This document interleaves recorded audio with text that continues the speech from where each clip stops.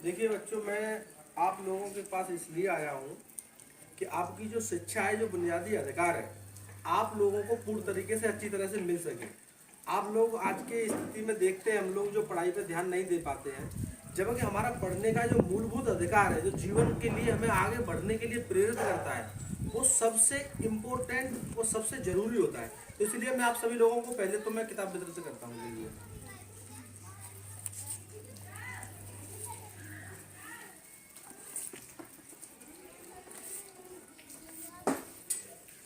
एक एक पेन लीजिए, तो खोल लो इसको, इसी में से हो जाएगा। लो, और ये लो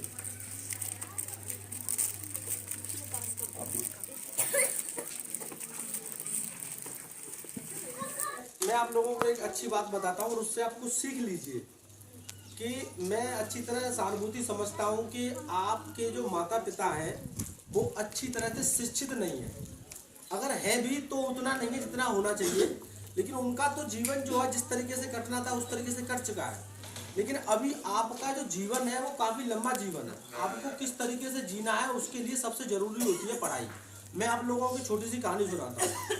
एक परिवार के अंदर दो लोग रहते थे, एक पति और पत्नी, दोनों लोग, और वो दोनों लोग ही अंधे थे। जब वो खाना मांग के लेके आते थे खाने के लिए तो कमरे में ला के रख देते थे, और जब रखते थे तो बिल्ली आती थी, खा के चली जाती थी।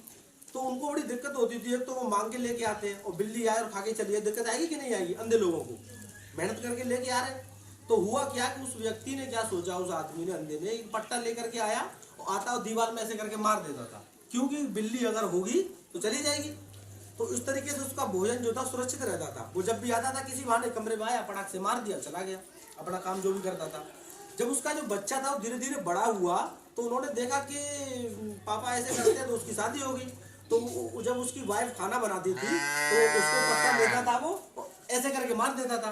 तो उसकी बीवी ने पूछा कि आप इस तरीके से पट्टा क्यों मारते हैं इसमें? तो वो बोला कि ये हमारे घर की रिवाज है। तो रिवाज है, तो वो समझ चुकी थी कि पिताजी अंधे हैं तो इसलिए पट्टा मारते थे, लेकिन ये तो अकल है ना इसके पास, तो तुम क्यों पट्टा मांग रहे हो? ये आज की जो स्थिति है आप लोगों की या समाज में, वो भी कुछ इसी तरीके की हो गई है कि माता पिता शिक्षित नहीं है तो वो फिर भी अपने माता पिता को टारगेट करते हैं कि हमको उन्हीं के हिसाब से वो नहीं है तो हम भी नहीं है।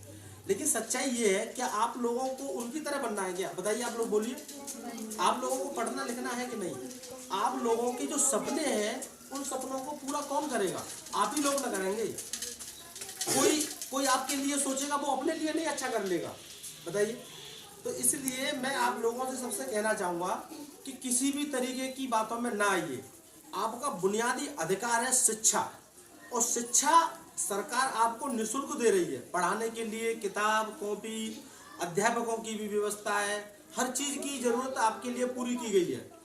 देखिए, जब दिक्कत क्या आ रही है, आप सोचिए कि मैं आप लोगों से भी कहना चाहूँगा कि आप अपने बच्चों को रोजाना सुबह जब जागें तो इनको सेंट, खुशबू, परफ्यूम, धूप, अगरबत्ती की जरूरत नहीं है। इन लोगों को, इन लोगों को इन अगरबत्ती, धूप की जगह, खुशबू की जगह, परफ्यूम की जगह अगर आप इन लोगों को कॉपी और किताब की आदत डालेंगे तो निश्चित रूप से खुशबू कितनी समय तक रहेगी? 2-4 घंटे तक रहेगी आपके शरीर में, और कब तक रहेगी बताइए?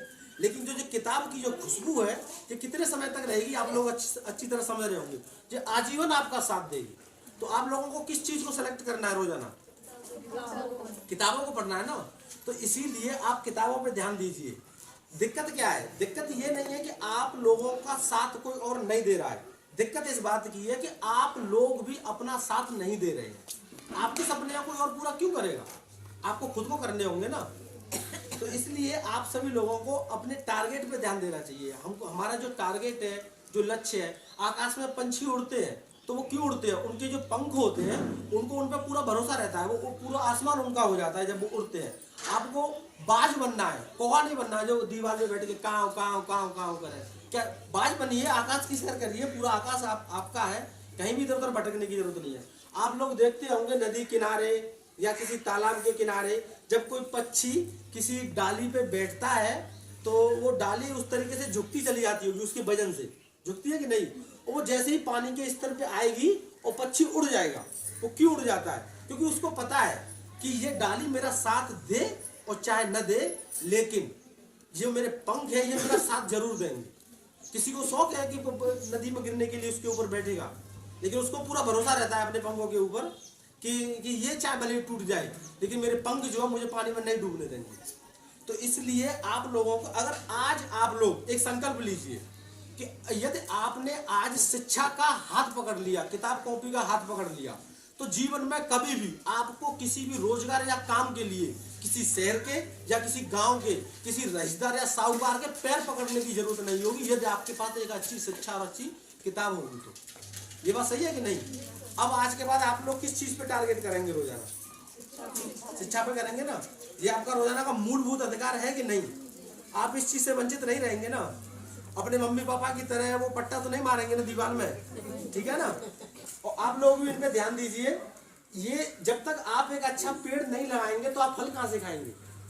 आपने बच्चों को पढ़ाने के लिए क्या नहीं करते हैं? स्कूल बच्चे को भेजते हैं, खाना बनाते हैं उसके लिए, और टिफिन पैक करते हैं उसका कि हमारा बच्चा स्कूल जा रहा है। अब वो स्कूल जा रहा है, पढ़ रहा है कि नहीं पढ़ रहा है, ये भी तो आपका देखने का थोड़ा सा होना चाहिए ना कि हमारा बच्चा क्या पढ़ रहा है। इसलिए आप सभी लोग अपने बच्चों पे ध्यान दीजिए। और मैं आप सभी लोगों से अनुरोध करूंगा कि आप लोग यहाँ पे एकत्रित हुए, मुझे बहुत अच्छा लगा है। आप लोग सिर्फ और सिर्फ आपका क्या टारगेट है? शिक्षा, पढ़ाई निरंतर बनाए रखना जब तक आपका टारगेट पूरा नहीं हो जाता। जय सरस्वती, जय शिक्षा।